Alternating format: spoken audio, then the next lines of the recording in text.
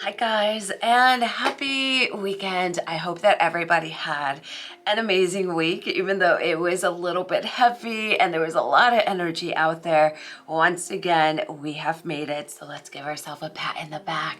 Yes, we did. Right, so this week we're taking a look at the outlook for the week of July 12th to July 18th, and we're mostly using the Tarot of the Mystical Moments as well as the starter deck. So if you guys are ready for your readings or for any spell candles or anything made by me, it's a very small shop. We've been around for 25 years, so head over to www.lightwitchtarotshop.com. There's always sales right now. We have all of our courses and workshop for 40% off using code SIRIUS because we know that the Lionsgate energy is coming. All right, so let's go ahead and take a look at the energy for this coming week. So as you can see on my table, we have my clear quartz, we have Marie Laveau, we have our little talismans, and of course that ammonite, which you guys that have gotten readings know they're always present on my table. So what we're going to do is I want you to take a deep breath, right? And I want you to take what resonates with you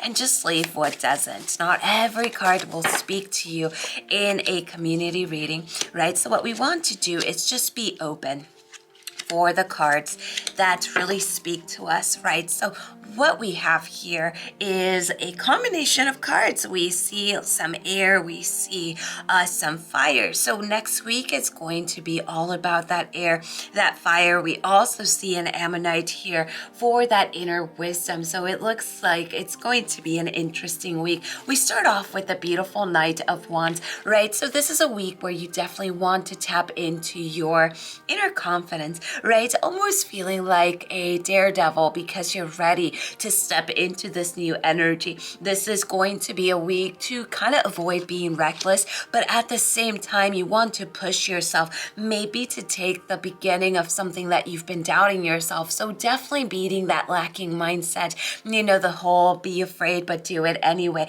You want to be very careful getting paralyzed in that fear energy, especially if you're planning a new beginning. You know, it's all about understanding that fear is definitely part of those new beginnings, right? So it's not about being fearless, it's just about working through it. Follow with the Ace of Swords. So this is a lot of mental force, a lot of truth coming to the surface, a lot of your knowledge, and that's why she has that beautiful ammonite on her head, right? Because it represents your primal wisdom. So there is clarity coming, and this clarity is coming from within yourself. So not because something on the outside is changing, but mostly because you feel stronger. You are finally probably trusting your senses and trusting yourself a little bit more.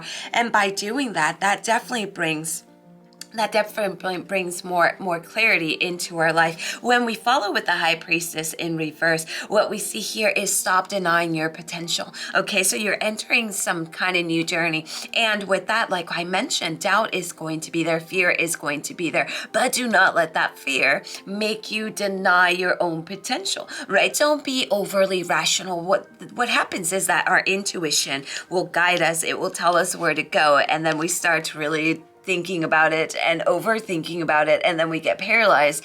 And then now we're overwhelmed. So definitely trust your intuition, you know, and just try not to overthink things. You have this amazing sacred wisdom. We see that with the Ace of Swords. You have this potential, this amazing intuition, you know, this unconscious knowing, which is a lot of times the ability of claircognizance, which means clear knowledge, which is another psychic gift. I hate the word psychic, but you know where I'm going, right? So stop denying your own power to yourself. I see this happen a lot of times where people truly become afraid of their potential, of their power, right? When we see the Eight of Swords here, what we see here is finally breaking free from this cage, right? But too much overthinking with the reverse High Priestess will make us feel like we're imprisoned, right? Like we're restricted, like we're powerless, like this feeling like we're being persecuted or being judged. So you want to definitely be careful with how you think about yourself next week. Anytime that you catch yourself thinking in the lacking way,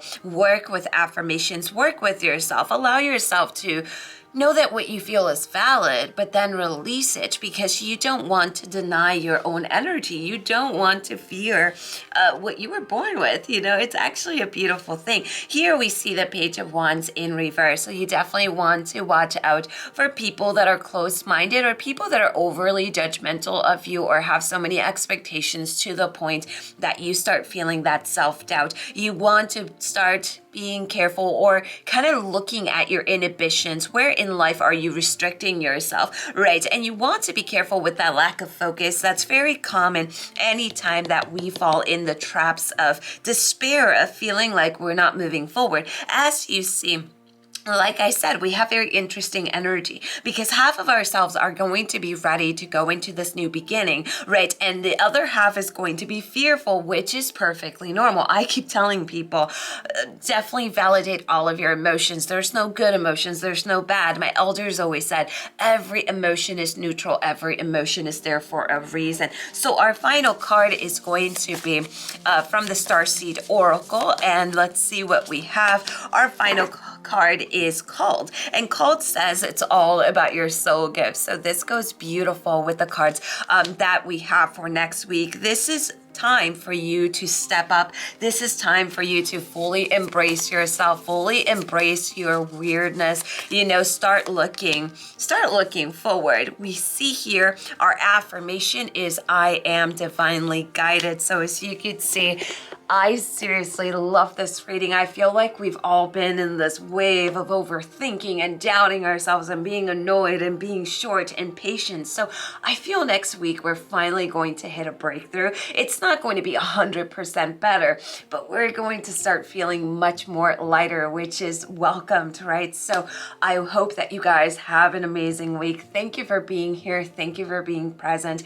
I love each and every one of you. Without you, I wouldn't be here. The shop wouldn't have been here for 25 years. So here's to our future, right? Here's to next week. We've got this shit. I love you. Lots of love and light to you all. And blessed be.